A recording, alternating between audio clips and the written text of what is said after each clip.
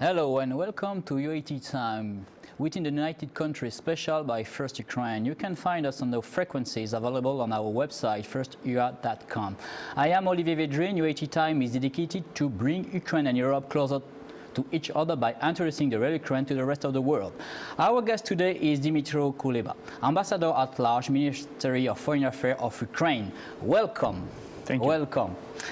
Can you present your activity, your job as an Ukrainian diplomat? Every diplomat in Ukraine today has his top priority, and it is fighting Russian aggression and defending Ukraine on diplomatic front.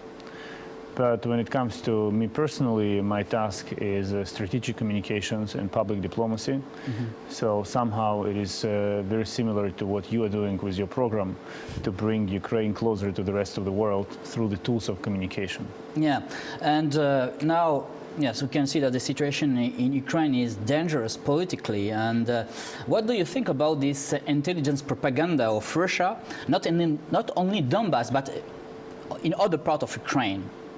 What do you think about this danger? Russia has a very strong propaganda machine. Mm-hmm. It is investing millions, hundreds of millions of euros in communicating its messages, its fakes, its disinformation, not only to Ukrainian audiences, but also to worldwide audiences. And this is what makes this machine global.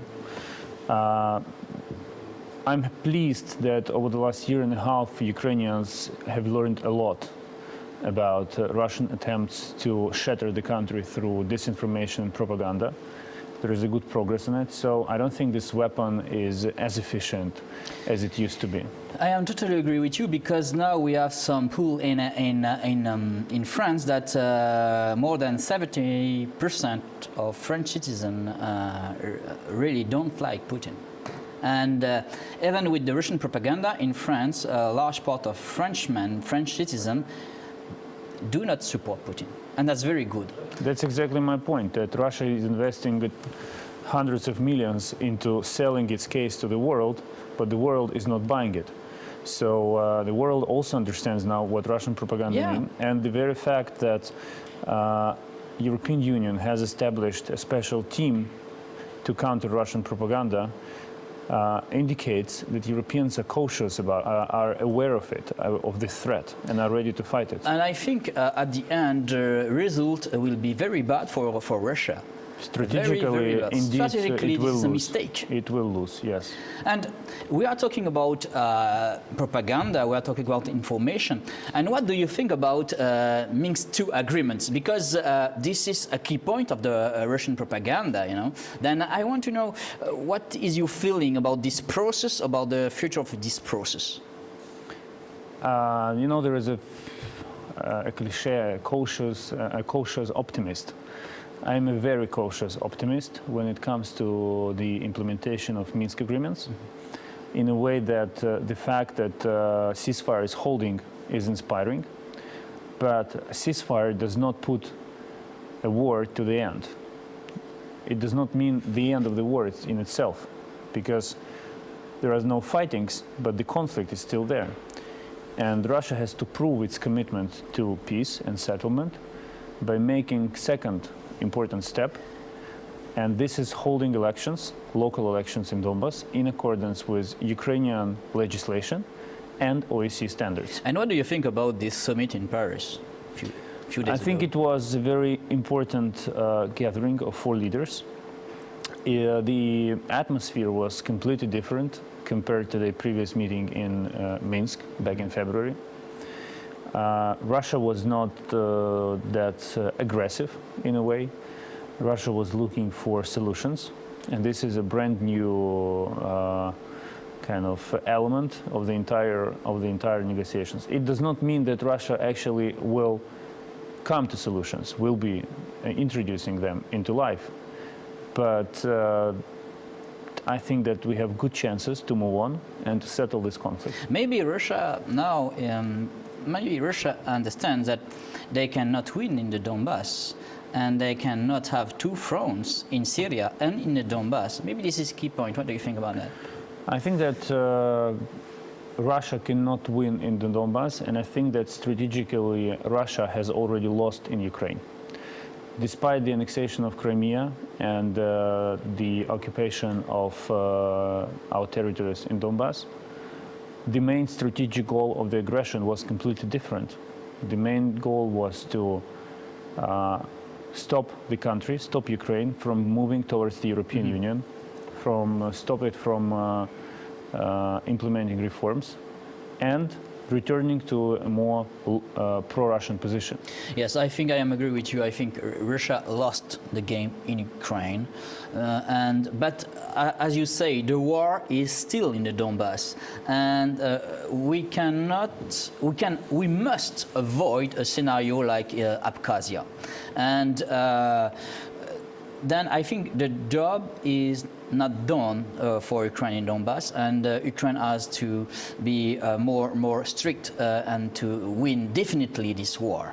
And you know that the 1st of January 2016, the EU agreement will become a reality. And what do you think about, is Ukraine ready, or?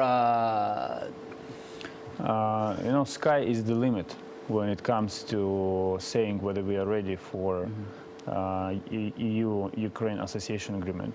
We're absolutely ready to do our best to implement it and to see it working effectively. We are absolutely ready to keep moving forward and taking new steps in addition to the steps which were already taken. Because for us, association with the European Union is not just an agreement, it's a choice. It's a choice of the entire country. So there is no way we can fail on that, because the failure of our association with the EU will be the failure of Ukraine. Yes, and also the failure of EU. Because we can see that what's happening in Ukraine is important for Ukraine at first, but very important for EU. Absolutely. This is not a Ukrainian crisis as such. No. This is a European crisis. And Europe has to find relevant answers to the threats Russia is posing. And you know, I have a question about this agreement. In EU, we are very obsessed about corruption in Ukraine. And what are you thinking about the reforms now in Ukraine to fight against corruption? You can see a process. You are optimistic, because really in EU we talk a lot about corruption in Ukraine and war in Ukraine, corruption in Ukraine and war in Ukraine. And what is your feeling about this war against corruption? I must be very European, because I am as obsessed with corruption in Ukraine as European Union is. It's a threat to our country, as huge and as dangerous as Russian aggression. There are two major threats to Ukraine today: Russian aggression, that is the external threat, and corruption, and that is the internal threat. I think, yes, you have two wars: a war against Russian aggression and a war against the corruption. That's, I think, the two big key points for Ukraine. But what are you waiting from EU and USA for help Ukraine economically and also with security aspect? We're living through very difficult times. And what we expect from our partners and friends is a very simple thing, is to stay united with Ukraine. This may imply various aspects: financial support, economic support, military support, political support, and also human support. I'm absolutely confident that by investing in Ukraine today, the European Union and our Western partners are investing also in their security and in their prosperity tomorrow.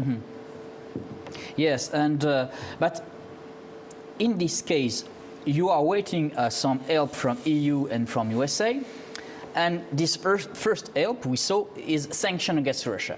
And do you think these sanctions are efficient, or are you waiting for more sanction? What is your point of view about this sanction? Sanctions against Russia are efficient. Russia is paying its price, its financial, economic price for the aggression against Ukraine. But sanctions are not a goal of its own. The goal of sanctions, the objective we're trying to pursue, is to make Russia change its behavior.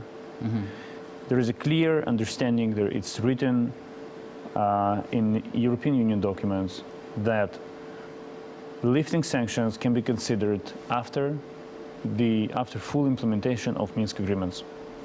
So as long as Russia is not implementing Minsk agreements, sanctions should remain in place. And I think we have also to wait for Crimea to come back. Last sanctions should be lifted after Russia returns Crimea to Ukraine and compensates all the losses and sufferings caused by its occupation. Then that will take how many time, you think? It's Russian choice. Yeah, Russia made its choice, and it has to pay for it. And do you think this aspect, this war in the Donbass and the criminal, illegal annexion of Crimea will continue for a long time, or do you think this sanction against Russia will push Russia to quickly find an issue to escape from this bad process? Because what I think is that Putin now really did a big mistake when he did the annexion of Crimea and when he support the war in Donbass. And now, in my feeling, like a politologist, he has a lot of difficulty to go out of this mistake. And maybe how we can do to provide to Putin the good way to go out from Ukraine. I think it's a big mistake to, to try to play for Putin or instead of Putin. Putin has to find the way out. We should not be over-focused on helping him to find a way out, because then we will be missing a lot of other important points which have to be done. We have to defend ourselves, and by saying we, I mean both Ukraine, Europe, and the West, and the rest of the West. We have to be focused on building democracies, on expanding democracies. We don't have to spend our time and efforts on thinking how to save Putin. We should create conditions under which, or circumstances under which, he will have no other choice but to save his face by himself. Yes, but that was a point of humor. But when the children did a mistake, we have to help the children. Then, if this is Russia is also in European continent, and this is European family, and if I can have a sense of humor, I say Putin is a very bad child, and he did a lot of mistakes. And I think EU and Ukraine has to help sometime how to find a way to go out from this mistake. But I am agree with you. This is the problem of Putin, not the problem of EU and of Ukraine. And in other way, this sanction on Russia, do you are expecting more sanction, or do you think that now we will definitely stop this sanction and we will wait for maybe the result? At the moment, I don't see reasons why any single sanction against Russia should be lifted. Yes, we are on a good track. Yes, we are moving in the right direction. But Russia has not delivered yet. Except for the ceasefire, we have nothing to sell. So, second point is whether sanctions should stay, and I have already answered to that. Yes, they should stay until Russia implements Minsk agreements. And third point, whether sanctions should be extended or upgraded, as you prefer. And the answer is yes, they should, if Russia returns to the path of escalation. If Russia escalates, if it keeps invading, if it holds a major attack, yes, sanctions should be upgraded, because there should be an adequate response to the aggressor.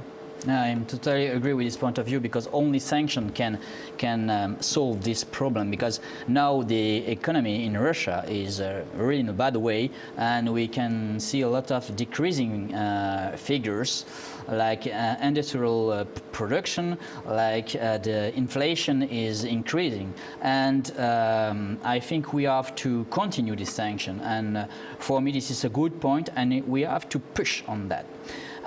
But I have another question. You know, when I saw some newspaper or TV program in Europe or in USA, sometimes they are very afraid to talk about a war in Ukraine. And what for you, as a diplomat, why you think that they are afraid to talk about a war in Ukraine? Well, because it is also, if I may use your allegories or your metaphors, it is also very childish behavior, trying to escape problems, trying to pretend that nothing is happening, that this is not a war. It's childish. So what we are doing, we have very open and frank conversations with our partners to explain to them that we can win only if we face reality as it is. But, yeah, but for me, do you think, as I think about something, maybe Ukraine can be like Western Germany after the Second World War? You know, we will develop Ukraine, and the development of Ukraine will be the best weapon against Russian authoritarianism. And what do you think about this aspect? Because now you give a lot of money to help Ukraine. We make a lot of pressure to the reforms, and I think really that Ukraine will be a European state member. But what do you think about the strategy to develop a lot of Ukraine to put the pressure on Russia, like the Western Germany put the pressure on Eastern Germany and on the Soviet bloc? I'm absolutely sure that successful Ukraine is the biggest threat to Russia. Mm-hmm. But I would prefer to avoid the repetition of history and to reintegrate both Donbass and Crimea much sooner than the reunification of Germany happened. I think that Russia is not as strong as it pretends to be. It is definitely not a Soviet Union that was able to support so-called Eastern Bloc for decades. So if there is a united effort by Ukraine and other partners, I'm pretty sure that we will not have to wait that long to see united Ukraine and united European Ukraine. Thank you very much. This is the end of our program. I am totally agree with you. Russia is not the Soviet Union, and now European Union is very strong. Thank you very much. Thank you. It was United Country UAT time by First Ukraine. Thanks for joining us for a cup of tea. Olivier Vedrine were working for you in the studio. Stay with us and we will show to you the real Ukraine. Thank you for being with us. Have a good day and see you soon.